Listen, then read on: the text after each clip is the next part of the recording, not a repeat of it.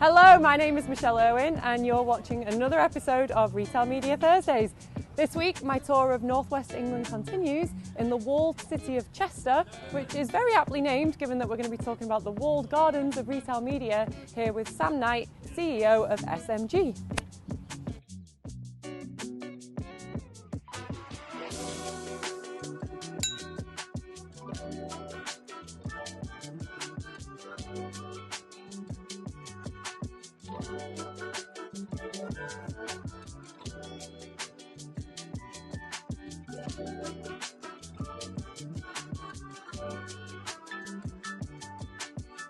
Hello Sam. Hello. Welcome to Retail Media Thursdays. I'm so pleased to be here. And thank you for having me in Chester. It's beautiful, isn't it? It is absolutely gorgeous. My first ever job was in Chester, so it's good to be back. Oh, well, there you go. What was your first ever job? Working at the racecourse As a barmaid. Oh, I love that. We've all been there. We've all been there, haven't we? So tell us a bit about you. I'm Sam. I'm the CEO of SMG. And I've been building this business for about 12 years now. What did you do before your time at SMG? Lots of different jobs, but probably the ones that you're interested in. I worked at Procter & Gamble for a long time. I ran the marketing for Gillette in the UK and then over in Western Europe for a couple of years, living in Geneva, which was really cool. And then left that job to join and start this with two colleagues from Dunnhumby at the time. So which pub are we in and why? This is the Grosvenor Arms, which is my local, which I'm very, very lucky to have. And it's my favourite place because it's just so quiet. Like you can sit here and it's just surrounded by countryside, like you can't see on the camera obviously, there's just country everywhere. And it's got good ale, it's a lovely feeling. We've got 3 young kids, it's got a big garden, it's a tractor over there, so they go and play and me and my wife can sit and have a bit of chill. So. It is a fantastic pub, I would definitely recommend it. Anyone visiting the Northwest? Yeah, you've got to come here, it's one of the best in the area for sure. Okay, so you mentioned SMG, short for Shopper Media Group. That's right. Been around for 12 years. Do you want to tell people who might not be familiar with you a bit more about the company? Yeah, sure. So probably worth starting from why we started in the first place. So when I was doing the Gillette role at P&G, we just launched Fusion and we were really conscious that we wanted to invest really close to the point of purchase. We wanted to influence shoppers in that final moment where they were choosing their product. We knew that it made a huge difference to our entire marketing plan, because if you got that bit of conversion right at the final point, it made everything else in the then funnel, so much more efficient. And so we went through this big period of trying to invest in retail, in retail media back then. It's 12 years ago, called shopper marketing, I guess it was then.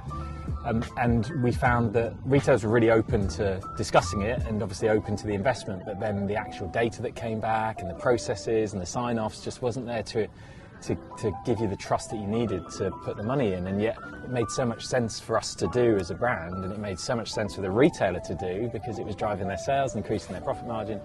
And if it done in the right way, it made so much sense for the shopper as well, because you can create some really great experiences. So myself and Matt and Joel, who are ex-Dunnhumby, kind of had this meeting in minds. We were like, surely there's a better way of doing this. So we started with the aim of creating kind of this idea of connected commerce marketing, where brands could work better with retailers to create campaigns that were brilliant for shoppers. And it all grew from there. And what we found over the years is that we kind of needed to influence both sides of that equation. So we started a retail business called Threefold, which now runs the media centres for people like the Co-op, for the Berry Group, for Morrison's, for Boots. And then we've also got a second business called Capture, which actually works on behalf of people like Kellogg's and General Mills and helps them, the brands, to invest properly in retail media across all of the different options that they have online, in store and in proximity. And then we have a third agency called Lobster that measures it all. So across the business now we kind of understand what the retailers are wanting to achieve, what the brands are wanting to achieve, and in the middle the impact of it all to the customer as well. So we're now about 250 people across the UK, and it's my job to make sure we continue to do good work. Sounds great, and you really do touch every facet of retail media within that. Yeah, we do. I think it's fascinating. There's so much that we could dig into there. I think the measurement conversation we've had with a whole bunch of people who have been on this show. So really I'm going to park that one today, though. I think we've covered that one. What we haven't talked about yet with anyone is the shopper media role and the shopper marketing role. I mean, shopper marketing, it's been around forever, right? Yes. It's been in stores practically as long as retail's been around. How has that changed with the emergence of retail media? What impact does that have? How have the two worlds come together? That's massive change. But I think it kind of reflects our behaviour, right? If I think back to when I started in P&G, there was this very kind of clear delineation behind what we'd call brand media, so the stuff that would influence you when you're watching Coronation Street, to what you would do in store, and that was called shopper media. And the two teams, we'd have a brand team and a shopper team, and they'd come and meet every couple of weeks, but it was very distinct. It was like this kind of above the line, below the line mix. That's because in those days, we didn't have online shopping, we shopped mostly in one big shop every week. But if you think how shopping behaviour's changed now, I mean, I don't know about you, but like, I shop all the time. Like, I'm on Instagram today buying stuff I don't need. I'm on Amazon half the time, popping into Co-op, and then might do a big shop online, or I might do a big shop in store. And so this kind of idea that you change from a kind of a brand consumer open-eared person into a shopper, it doesn't exist anymore. So it's all one thing where all shopping missions are influenced by media. And this convergence of the ability for brands to influence that behaviour through the full kind of funnel, or messy middle as we like to call it now, means that those two worlds are completely interlinked. But the challenge, I think, is that retailers and brands are still catching up with that. So their brands still have these two distinct teams that sometimes don't talk to each other and are debating over whether it should be shopper money or trade money or brand money, and retailers still have these distinct retail media centres and trading teams who aren't talking to each other. And so the big challenge now is more of a structure one, which is how do we create the ability for brands to invest in influencing the customer at the right point in their journey, whether that be right at the shelf or all the way through to consideration phases. Whether you call it retail media, whether you call it shopper marketing, doesn't really matter. It's about how you overcome those barriers to purchase at the right time. Yeah, absolutely. How are you? Is there any kind of examples of best practices from the brands that you've seen bringing those two teams together? Yeah, it's really interesting because a lot of the people that do it the best are actually those that are pretty nascent, because they don't have these kind of legacy structures. They have a marketeer who has been brought on board and is tasked with spending the money in the best way possible. And so some of the early kind of adopter brands that we work with are great examples of how to do it well and how to judge your return on investment across that whole journey. And then I'd say from a retailer side, people like Boots are doing an amazing job where they've brought teams that link in the marketing teams with the trading teams in squads, so that you can start working together with the full business rather than kind of negotiate with a buyer and then activate in a retail media centre. It's all linked together to create kind of one joint business plan. And so there's examples where those businesses are changing their structures, and those are the guys that are really driving growth. You mentioned in your intro that retail media has the ability or the potential to improve customer experiences. Yeah, totally. I guess there's also the danger that, especially in an in-store environment, because we're not just talking about the online world, even though we know that it could potentially be disruptive online as well, but in store, I guess there's even more of a potential for it to be very disruptive. Are you seeing any examples of retailers that are doing the in-store piece well at the moment? Yeah, Co-op do it brilliantly. There's so many good examples of where they're really, really relevant. So one that springs to mind was for COP26, or COP23, sorry. It was the global climate crisis conference. And Co-op have really great credentials in that space, as do a lot of the brands that work with them. And so they created an amazing event with all of the brands that were doing things to help water reduction, that were doing things to help packaging reduction, to create a total event that was Co-op led but included all these brands in store and effectively created a consumer promotion behind something that was positive and that funded something. And that's shopper marketing, that's retail media, but it's something that creates brand empathy for Co-op and the brands involved. And then another great example of the Co-op was for festivals, where in those shops that are situated around those festivals with brands that are sponsoring those festivals, they can create experiences in those shops, actually in the festival itself in Glastonbury where they had a setup. So you can do all sorts of fun things, and I think that's the really interesting next bit of retail media is kind of moving from this science, which everyone's talking about in terms of, you know, first-party data and the linkages, which is all really incredibly important and great, into more of the art of how then you use that data to fuel great creativity that then makes a shopper want to do something. Yeah, I think it's such a good example, and I like the fact that both examples you gave, they're not digital based necessarily. No. And I think we're hearing it as well from a lot of the retailers that we speak to. It's all about the experiences. It's about how they can create those experiences in store, even if people then go and purchase online or whatever it might be. Because that's still 80% of your sales. Exactly. You know, and so if you can make a difference to your 80%, even if it's a smaller percentage, it's a higher cash amount, right, than the 20% online. And obviously one impacts the other, but yeah, often people forget when they talk about retail media. I've been to a couple of conferences where people said retail media is just digital. I couldn't disagree more. It's there's no digital in retail media. No, exactly. It's the retail full media. thing. Yeah, exactly. Yeah. Your first job was with Procter & Gamble. Yeah. Running the Gillette brand. Mm-hmm. You mentioned you were trying to get your marketing as close to the point of purchase as possible. Yeah. And I know and I hope you don't mind me saying this, when we actually had a prep call, you said that there was a lot of kind of tensions there with the retailers at the time. Yeah. What's the situation today? Like, how do brands and retailers actually work with each other in reality? I know it sounds like an obvious question, but I think there's a lot more complexity to it than people probably realise. Yeah, it's a really, really good question. And are those tensions still there that you had 12 years ago? Yeah. Yes, they are. I mean, there's the retail media conversation is really interesting because I think a lot of people make the mistake of thinking that retailers are very similar to publishers, and in ways they are. They have media estates that can be used and that can be sold and that can communicate to consumers or shoppers. But in many ways they're not, because the relationship between a brand and a retailer is so interlinked commercially, and they depend so much on each other for growth. And there's competition between the different brands internally that creates a completely different dynamic.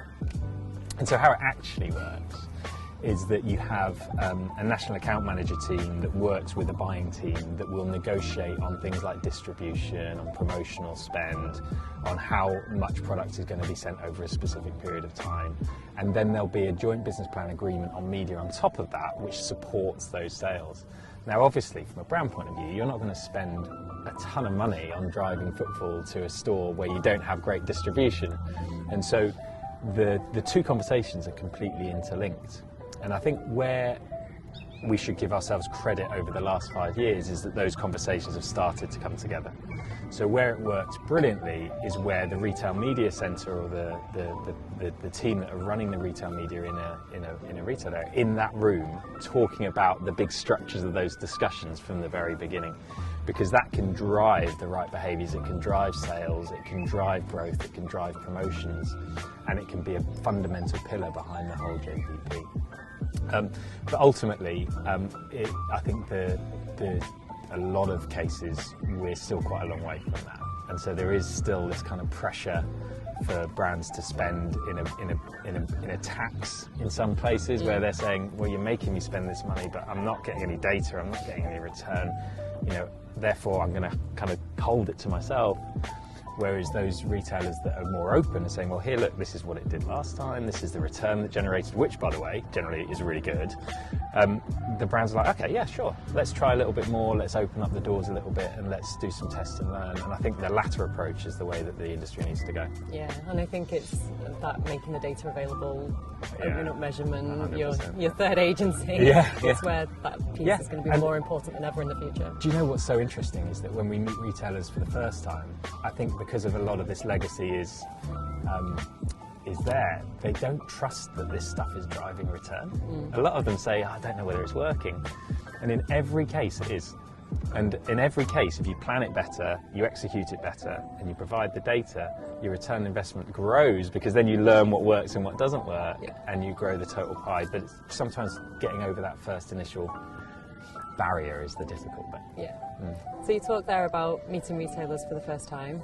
I know you're running the media centres for a lot of big UK retailers. Yeah. When you do meet them for the first time, how are they kind of evaluating the retail media opportunity, and is it right for everyone that you meet? That's a good question. The answer to that question has changed so much in the last few years. So if you'd asked me that question 3 years ago, the first 5 meetings would be trying to explain what retail media is, how it works, how it can drive growth for your business. Now those conversations are much more embedded in the businesses, and you're getting a lot more people coming to us saying, right, how do we do this, because we know it's a big opportunity, we understand the opportunity there. Is it right for everyone? It is if it's done in the right way and with the right proposition. I think the mistakes that I see a lot of retailers make is just to invest in a piece of ad tech and say, right, we've got a retail media network, and not embed it in the processes, make no structural changes, have no teams internally that support that. And generally that will provide revenue growth, but it won't be anywhere near the potential that it could be. In order to do it well, you have to have alignment right up to a senior level, because it takes structural change internally to link these teams together. It takes support from an ad tech and a tools and a process point of view to execute it well. But when done, it is a huge, huge opportunity and a massive profit driver. And in the retailers that we work with, you know, it's a material change to their P&L when it's done really well. Do you think a one brand retailer like a Gap, who we know have just kind of withdrawn their retail media network, do you think they can make it work? That's a really good question again. Well, obviously with Gap it hasn't worked. And the difficulty is when you don't have a retailer relationship, then really the only opportunity is how valuable is your data. Because you've got to then prove that your data on that shopper is more valuable than anybody else's. And in a world where we're seeing this proliferation of retail media networks and more data out there than ever, that's harder than it was a year ago, and it will be even harder in a year's time. And then if you can't then prove the kind of attribution or the end link, that becomes really hard. So for Gap, it's like, right, here's the data. We can't show you whether it's going to deliver any sales uplift. And so where we see it work the best is where you've got a retailer with a good selection of suppliers who are open to sharing data in a privacy compliant way, in a way that allows brands to provide personalised message in the right environment to those businesses with the right restrictions, but then crucially also show the impact and show that closed circle. And that's where you see the growth. And that is harder for brands like for Gap or maybe a Matalan or somebody who has less of the supplier funding kind of coming in. Yeah, makes sense. Okay, so my favourite part of the show. Okay. It's the quick fire round. Oh God. And I'm not gonna lie, I'm gonna need my notes for this. Do I get It's like notes? a different language. Okay, so you let it slip when we were speaking a couple of weeks ago that you're married to a Scouser. Yep. For anybody watching who is not from England, a Scouser is somebody that lives in Liverpool. Yes. Very proud.